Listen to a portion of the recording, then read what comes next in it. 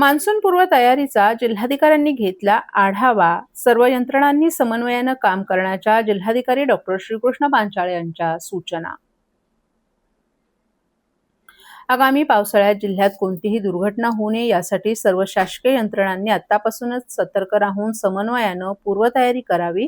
जिल्ह्याचा आपत्ती व्यवस्थापन आराखडा चोख असावा आणि आपत्कालीन स्थितीत तात्काळ मदतीसाठी आपदा मित्रांची संख्या वाढवावी असे निर्देश ठाण्याचे जिल्हाधिकारी तथा जिल्हा आपत्ती व्यवस्थापन प्राधिकरणाचे अध्यक्ष डॉक्टर श्रीकृष्ण पांचाळ यांनी दिले आहेत।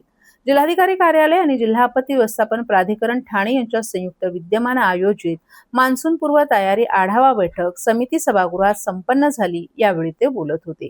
या बैठकीत जिल्हा परिषदेचे मुख्य कार्यकारी अधिकारी रणजित यादव, अप्पर जिल्हाधिकारी हरिश्चंद्र पाटील, निवासी उपजिल्हाधिकारी तथा जिल्हा आपत्ती व्यवस्थापन प्राधिकरणाचे मुख्य कार्यकारी अधिकारी डॉक्टर संदीप माने तसंच विविध विभागांचे वरिष्ठ अधिकारीही उपस्थित होते। सार्वजनिक बांधकाम विभागाने पावसाळ्यापूर्वी जिल्ह्यातील सर्व धोकादायक पूल, साकव आणि जुन्या इमारतींचं ऑडिट करावं। जलसंपदा विभागाने धरणांची प्रत्यक्ष पाहणी करून तांत्रिक अहवाल सादर करावा।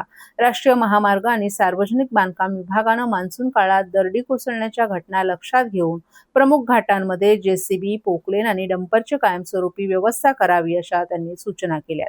डॉक्टर पांचाळ यांनी आपत्कालीन परिस्थितीत यंत्रणांची गतिशीलता तपासण्यासाठी अग्निशमन दल, पोलीस आणि आरोग्य विभागाने प्रत्येक तालुक्यात रंगीत तालीम घ्यावी। पावसाळ्यात उद्भवणाऱ्या साथीच्या रोगांचा प्रसार रोखण्यासाठी आरोग्य विभागाने औषध साठा आणि वैद्यकीय पथकं सज्ज ठेवावीत अशा सूचना देऊन आपत्ती निवारणासाठी आवश्यक साधन सामुग्रीसाठी जिल्हा नियोजन समितीच्या निधीतून अनुदान उपलब्ध करून दिलं जाईल असंही स्पष्ट केले। जिल्हाधिकारी डॉक्टर पांचाळ यांनी यावेळी दरडप्रवण गावं, पूरप्रवण क्षेत्र, नदीतील गाळ काढणं, औद्योगिक क्षेत्रातील सुरक्षा आणि शोध बचाव साहित्याची उपलब्धता यांचा सविस्तर आढावा घेतला। निवासी उपजिल्हाधिकारी तथा जिल्हा आपत्ती व्यवस्थापन प्राधिकरणाचे मुख्य कार्यकारी अधिकारी डॉक्टर संदीप माने यांनी संगणकीय सादरीकरणाद्वारे आपत्ती व्यवस्थापन आराखड्याची माहिती दिली।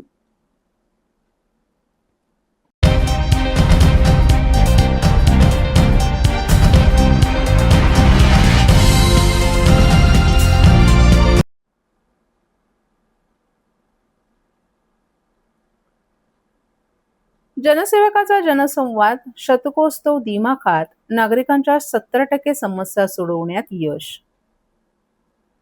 जनसेवकाचा जनसंवाद या उपक्रमाचा लाभ केवळ ठाणेकरांनाच नाही तर आसपासच्या भागातील नागरिकांनीही घेतलाय। अन्यायग्रस्त, वंचित आणि दुर्लक्षित नागरिकांच्या सुमारे 70% समस्या सोडवण्यात यश आल्याची माहिती आमदार संजय केळकर यांनी दिली आहे। खोपट येथील भाजपच्या कार्यालयात आज 100वा जनसेवकाचा जनसंवाद हा कार्यक्रम आयोजित करण्यात आला होता। शतकी उपक्रमानिमित्त उपस्थित महिला पदाधिकाऱ्यांनी आमदार संजय केळकर यांचं औक्षण केलं। फुलं उधळून त्यांचं जंगी स्वागतही करण्यात आलं। यावेळी केक कापून शतकोत्सव साजरा करण्यात आला। यावेळी माध्यमांशी बोलताना आमदार संजय केळकर यांनी नागरिकांच्या तक्रारी सोडवण्यासाठी भाजपची जनता दरबाराची संकल्पना जुनी असल्याचं सांगितलं। आता जनसेवकाचा जनसंवाद या उपक्रमाच्या माध्यमातून जनतेच्या समस्या सोडवण्यात येत आहेत। अडल्या नडल्या, गरजू, अन्यायग्रस्त, वंचित आणि दुर्लक्षित नागरिकांच्या समस्या सोडवण्यासाठी या उपक्रमाचं आयोजन करण्यात आलं आहे। या उपक्रमास केवळ ठाणे शहरच नव्हे तर आसपासच्या शहरातूनही नागरिक तक्रारी घेऊन येत आहेत। आमदार निरंजन डावखरे यांच्यासह भाजपचे पदाधिकारी आणि अन्य सहकार्य लाभत असल्याचंही केळकर यांनी सांगितलं। या उपक्रमात महापालिका, पोलीस प्रशासन, वन विभाग, SRA, आरोग्य विभाग अशा विविध विभागांशी संबंधित तक्रारींची निवेदनं प्राप्त होतात। केवळ निवेदनं न स्वीकारता संबंधित नागरिकांच्या पाठीशी उभं राहून त्यांच्या समस्या सोडवण्यासाठी पाठपुरावा करण्यात येत असतो। विकासकांकडून होणारी रहिवाशांची फसवणूक, फायनान्स कंपन्यांकडून होणारी आर्थिक फसवणूक, महापालिकेतील कंत्राटी कामगारांवरील अन्याय, पालिका कर्मचारी, शाळा प्रवेश, पालकांच्या तक्रारी, अपुरा पाणी पुरवठा, गॅस जोडणी, वारसा हक्क प्रकरण, वन विभागाशी संबंधित समस्या अशा अनेक विषयांशी संबंधित निवेदनं प्राप्त होत असतात। आजवर सुमारे 70% समस्या सोडवण्यात आम्हाला यश आलं असून इतर समस्या सोडवण्यासाठी पाठपुरावा कायम असल्याचंही केळकर यांनी सांगितलं। नागरिकांच्या समस्या सोडवण्यासाठी हे व्यासपीठ यापुढेही सुरू राहणार असल्याचंही केळकर यांनी स्पष्ट केले। आज झालेल्या या उपक्रमात 400हून अधिक नागरिक उपस्थित होते। नागरिक, भाजप पदाधिकारी, नगरसेवक आणि महिला मोर्चाच्या वतीनं केळकर यांचा भव्य सत्कार करण्यात आला। जनसंवाद आमचा हा 100वा उपक्रम आहे। आणि या उपक्रमाच्या माध्यमातून अडल्या नडल्यांना न्याय देणं, जो वंचित आहे, जो दुर्लक्षित आहे, जो अन्यायग्रस्त आहे, या सगळ्या लोकांना या माध्यमातून न्याय देण्यासाठी म्हणूनच हा जनसेवकाचा जनसंवाद आहे. आणि हक्काने अनेक गरजू गरीब लोक किंवा वंचित की ज्यांच्यावर अन्याय झालेला आहे कोणाकडे बघत नाही, परंतु त्यांची विषय जो आहे तो न्यायी आहे, तो सोडवण्याचा आम्ही प्रयत्न करत असतो. आणि मला अतिशय समाधान आहे की मोठ्या प्रमाणामध्ये या ठिकाणी आलेल्यांचे प्रश्न जे आहेत ते मार्गी लागलेले आहेत. आज या कामासाठी माझे सहकारी आमदार निरंजन डावखरे देखील या ठिकाणी येतात. माझे सर्व कार्यकर्ते, सहकारी, नगरसेवक हे देखील या कार्यक्रमाच्या निमित्ताने मला सहकार्य करत असतात. अनेक विषय जे आहेत ते त्यांच्या माध्यमातून देखील येत असतात. हा खऱ्या अर्थाने सामान्यातल्या सामान्य माणसाला हक्काचं व्यासपीठ हेच या जनसंवादाचा कार्यक्रमाचा हेतू आहे. कुठल्याही भागातला सामान्यातला सामान्य माणूस थेट इथे येऊ शकतो, त्याला कोणीही अडवणार नाही आणि त्याचा प्रश्न जो आहे तो मांडू शकतो. अशा प्रकारची रचना या उपक्रमाच्या माध्यमातून केलेली आहे आणि पुढच्या काळामध्ये देखील हा उपक्रम यशस्वीरित्या आम्ही निश्चितपणे चालवत राहू. शेवटी आमचं काम पण आहे, कर्तव्य पण आहे आणि या भावनेने शेकडो हजारो लोकांना न्याय देणं आणि त्यांच्या प्रश्न, त्यांच्या समस्या सोडवणं हा आमचा हेतू आहे.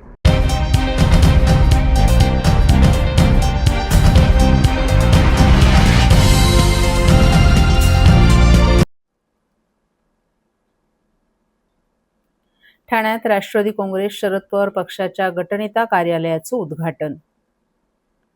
राष्ट्रवादी काँग्रेस शरद पवार पक्षाचे राष्ट्रीय सरचिटणीस जितेंद्र आव्हाड आणि प्रदेशाध्यक्ष शशिकांत शिंदे यांच्या हस्ते ठाणे महानगरपालिकेतील पक्षाचे गटनेते अभिजित पवार यांच्या कार्यालयाचं अनावरण उत्साहात करण्यात आलं.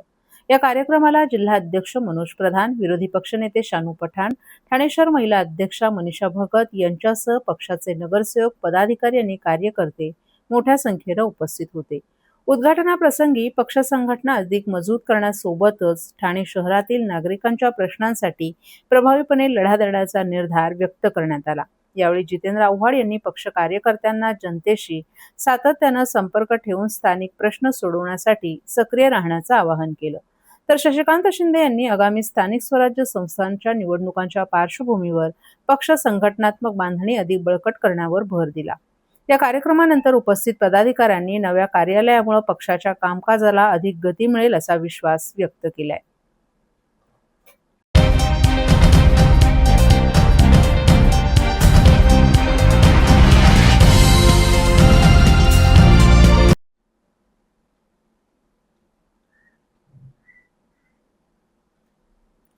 आंबा महोत्सवात 10 दिवसात 2 कोटींची उलाढाल. संस्कार संस्था आणि कोकण विकास प्रतिष्ठान आयोजित 19व्या आंबा महोत्सवात 10 दिवसात तब्बल 2 कोटींची उलाढाल झाल्याची माहिती महोत्सवाचे आयोजक तथा आमदार संजय केळकर यांनी दिली आहे. ठाण्यातील गावदेव मैदान येथे 1 ते 10 मे या कालावधीत आयोजित आंबा महोत्सवाला ठाण्यासह आसपासच्या भागातील नागरिकांचा उत्स्फूर्त प्रतिसाद मिळाला. या महोत्सवात कोकणातील अस्सल हापूस, पायरी, रत्ना, केसर या आंब्यांबरोबरच आंबा फणस पोळी, सरबते, काजू, मालवणी मसाले, लोणचे, पापड, पोहे आदी कोकणातील उत्पादनांचे सुमारे 45 स्टॉल्स लावण्यात आले होते. या महोत्सवाला दररोज शेकडो नागरिक भेट देत खरेदी करत होते. थेट शेतकरी आणि ग्राहक यांची भेट होत असल्यानं ग्राहकांना स्वस्त दरात अस्सल आंबा मिळत होता, तर शेतकऱ्यांचाही व्यवसाय मोठ्या प्रमाणात झाला. खरेदीदारांसाठी लकी कुपन ड्रॉ आयोजित करण्यात आला होता. विजेत्यांना घरपोच आंबे देण्यात येणार आहेत. या महोत्सवात सायली विनेरकर, मुकेश आणि पूजा होल यांचे प्राणी हिलिंग शिबिरही आयोजित करण्यात आलं होतं. त्याचा लाभही शेकडो नागरिकांनी घेतला. शेवटच्या दिवशी आमदार संजय केळकर यांनी या महोत्सवात आंबा शेतकरी आणि स्टॉल धारकांची भेट घेतली. यावेळी शेतकऱ्यांनी झालेल्या विक्रीबाबत समाधान व्यक्त करत केळकर यांचे आभार मानले. यावेळी माध्यमांशी बोलताना केळकर यांनी प्रतिकूल परिस्थितीत कोकणात आंब्यांचे अवघं 15% उत्पादन झाल्याचं सांगितलं. हा आंबा घेऊन आलेल्या शेतकऱ्यांना महोत्सवात उत्तम प्रतिसाद मिळाला असून गेल्या 10 दिवसात सुमारे 35 ते 40 हजार डझन आंबा विकला गेला, तर तब्बल 2 कोटींची उलाढाल झाली अशी माहिती केळकर यांनी दिली. आज शेवटचा दिवस आहे, आपण भेट दिलेली काय सांगाल? हा महोत्सव 1 मे पासून सुरू झाला. गेली 18 वर्ष आणि हे 19वं वर्ष आमच्या या महोत्सवाचं आहे. ही एक प्रकारे चळवळ आहे. आता देखील मी प्रत्येक स्टॉलला फिरलो तर आमच्या आंबा उत्पादक शेतकऱ्यांच्या चेहऱ्यावर खूप आनंद आहे. कारण की ठाणेकरांनी, ठाण्याच्या आसपासच्या लोकांनी खूप मोठा प्रतिसाद त्यांना या ठिकाणी दिला आणि जवळजवळ 35 ते 40 हजार डझन आंबा, म्हणजे हा कमी नाही आहे. फार मोठ्या प्रमाणामध्ये आंबा जो आहे तो लोकांनी खरेदी केला. प्रत्येक आंब्याचा जो उत्पादक शेतकरी आहे, स्टॉलधारक आहे, तो अत्यंत समाधानी आहे. आणि त्याच्याचबरोबर या ठिकाणी जवळजवळ 2 कोटीची उलाढाल फक्त 10 दिवसात झाली. 10 काही 9 दिवस म्हणा, कारण पहिला दिवस तर संध्याकाळी आपण याचं उद्घाटन करतो आणि त्याच्यामुळे आमची चळवळ जी आहे ती यशस्वी होते आहे याचा आम्हाला आनंद आहे. आंबा उत्पादक शेतकऱ्याला काही ना काही आम्ही पण आमची बांधिलकी आहे ती आम्ही पार पाडतो याचं देखील आम्हाला समाधान आहे. आणि पुढच्या काळामध्ये देखील अशाच प्रकारे, म्हणजे या वेळेला तर केवळ 15% उत्पन्न येऊनसुद्धा आंब्याचं, तरी देखील या ठिकाणी शेतकरी कष्टाने या ठिकाणी हा आंबा घेऊन आला आणि त्याला खूप मोठा प्रतिसाद मिळाला. मी तमाम ठाणेकरांचं जे या ठिकाणी आले आणि या चळवळीला ताकद दिली त्यांचं देखील मी खूप आभार मानतो, त्यांना देखील धन्यवाद देतो.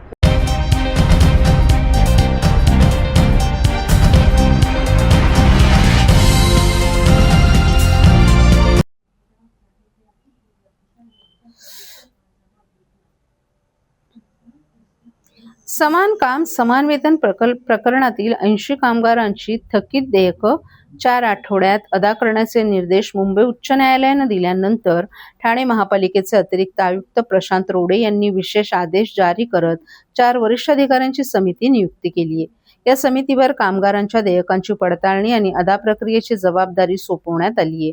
ठाणे महापालिकेच्या कळवा येथील छत्रपती शिवाजी महाराज रुग्णालयातील 80 कंत्राटी कामगारांच्या समान काम समान वेतन प्रकरणासाठी गेली 20 वर्ष लढा सुरू होता. या प्रकरणी कामगारांनी उच्च न्यायालयात याचिका दाखल केली होती. न्यायालयात नुकतीच सुनावणी झाली. 28 एप्रिल 2026 रोजी न्यायालयात याचिकाकर्त्यांच्या वतीनं 80 कामगारांच्या थकीत रकमेचा तपशील सादर करण्यात आला होता. त्यानंतर महापालिकेनं संबंधित रकमेची पडताळणी करून कामगारांना देयकं अदा करावीत असे निर्देश न्यायालयानं दिले आहेत. त्यानंतर 30 एप्रिल रोजी झालेल्या सुनावणीत महापालिका आयुक्त सौरभ राव यांनी 4 आठवड्यात सर्व थकीत रक्कम अदा करण्याचं हमीपत्र न्यायालयात दिलं आहे. न्यायालयानं हे हमीपत्र स्वीकारत महापालिकेला आवश्यक ती कार्यवाही करण्यास परवानगी दिली. याच पार्श्वभूमीवर अतिरिक्त आयुक्त प्रशांत रोडे यांनी 5 मे रोजी विशेष कार्यालयीन आदेश काढत 4 वरिष्ठ अधिकाऱ्यांची समिती नियुक्त केली आहे. या आदेशानुसार कळवा येथील छत्रपती शिवाजी महाराज रुग्णालयाच्या अधिष्ठाता डॉक्टर स्वप्नाली कदम, मुख्य लेखा व वित्त अधिकारी दीपक शिंदे, मुख्य लेखा परीक्षक जितेंद्र इंगळे आणि मुख्य विधी अधिकारी मकरंद काळे यांची विशेष नियुक्ती करण्यात आली आहे.